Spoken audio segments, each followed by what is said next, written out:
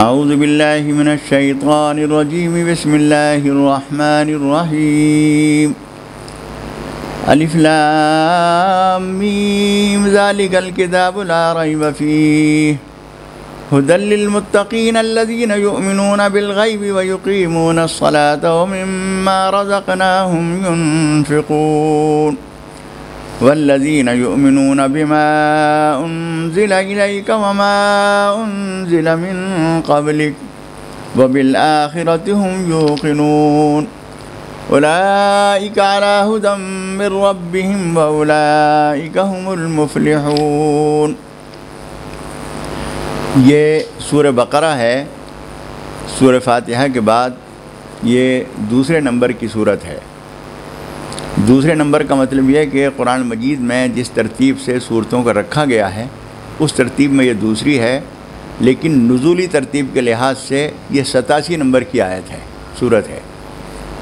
اور قرآن مجید کی سب سے لمبی صورت ہونے کے لحاظ سے یہ ایک خاص امتیاز رکھتی ہے،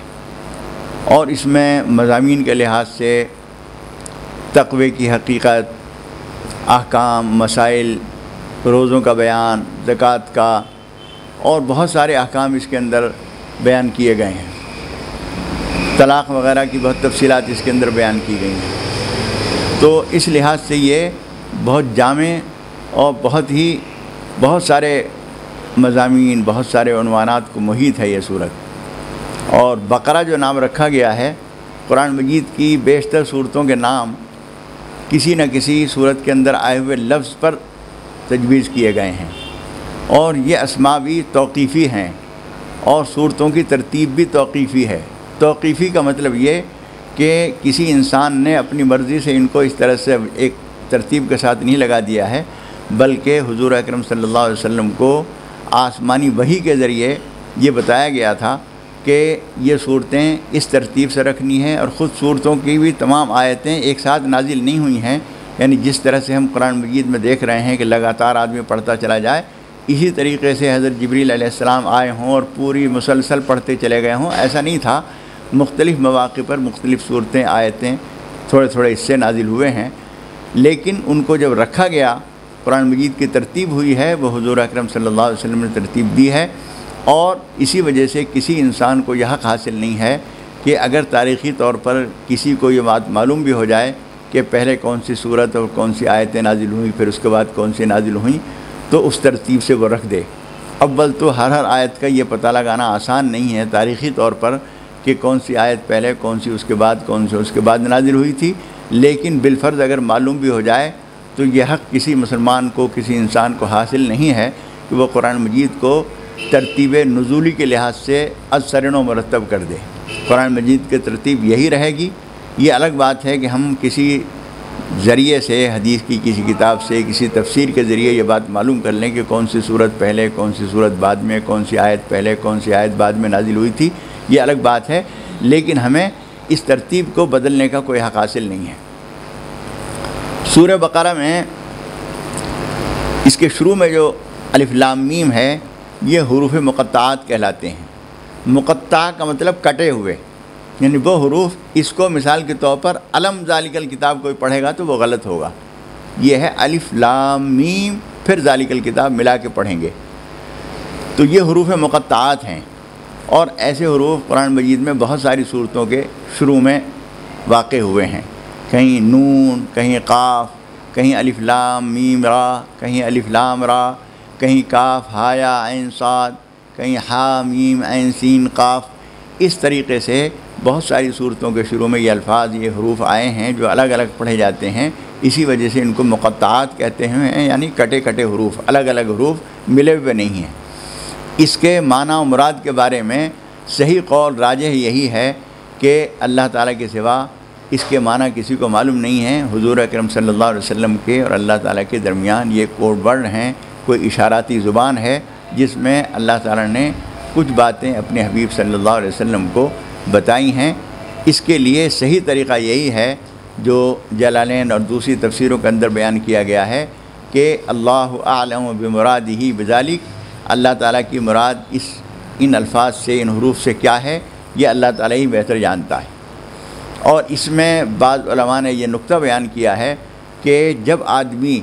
اپنے لوح دل کو اللہ تعالیٰ کے علوم کے لیے پیش کرتا ہے تو سب سے پہلے اس کے لیے ضروری ہے کہ اس تختی پر پہلے جو کچھ لکھا ہوا ہے اس کو دھو ڈالے، اس کو صاف کر دے۔ جو بچے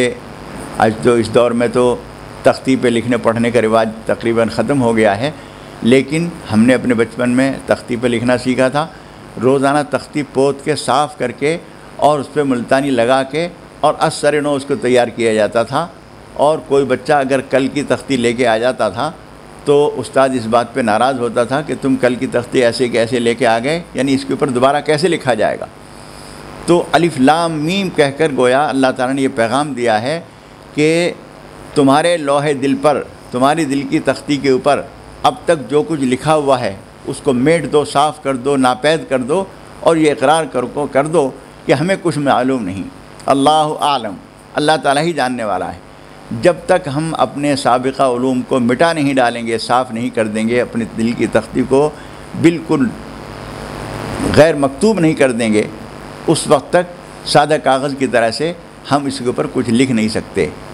جب ہم اپنی دل کی تختی کو صاف کر دیتے ہیں، اس کے بعد پھر ہمیں حق حاصل ہوتا ہے کہ اللہ تعالیٰ کی کتاب کے علوم سے ہم فائدہ اٹھانا شروع کریں۔ چنانچہ اس کے بعد ہم کہتے ہیں ذالک الکتاب لا ریب فیہ، یہ وہ کتاب ہے جس کے اندر کوئی شک شبہ نہیں ہے۔ شک شبہ نہ ہونا کیا ضروری ہے؟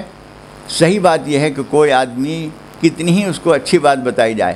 لیکن اس کو اگر یوں کہہ دیا جائے اس میں ذرا شک ہے، مجھے شبہ ہے، تو وہ ساری بات بے جان ہو جاتی ہے۔ کسی آدمی کے بارے میں ہم انتظار میں تھے، کب آئے گا، کس وقت پہنچے گا، معلوم ہوا کہ فلاں جگہ فلاں ٹرین سے آنے والا ہے۔ اب ساری معلومات کی، پتہ چلا کہ وہ شام کو 3 بجے والی ٹرین سے آ رہے ہیں، لیکن کسی نے بتایا، لیکن یہ بات بھی کچھ یقینی نہیں ہے۔ یقینی نہیں ہے تو وہ بات جو ہے ساری کی ساری کمزور ہو گئی۔ صحیح بات کیا ہے؟ علم وہی کامیاب ہے، وہی مفید ہے، اور وہی یقین حاصل کرنے کے لیے مفید ہے جو بغیر شک شبے کا ہو۔ اس لیے اللہ تعالیٰ فرما رہا ہے کہ ہر علم مشکوک ہے سوائے اس علم کے جو ہم تمہیں آسمانی کتاب کے ذریعے دے رہے ہیں۔ یہ کتاب قرآن مجید ایسی کتاب ہے، اس کے اندر جو کچھ لکھا گیا ہے بالکل شک و شبے سے ماورا اور بلند و بالا ہے، اس لیے اس کے اوپر تم یقین کرو اور کسی اور چیز پہ دھیان دینے کی ضرورت نہیں۔ ہر وہ علم جو قرآن مجید سے ٹکرائے ٹھوکر مار دینے کے قابل ہے،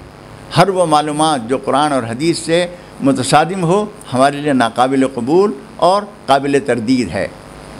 بے احترامی ہم کسی کی نہیں کریں گے، لیکن مانیں گے صرف اسی بات کو جس کو اللہ اور اس کا رسول ہمارے سامنے مقبول اور پسندیدہ بتا دے۔ قرآن مجید کی ہر بات اسی طرح کی ہے۔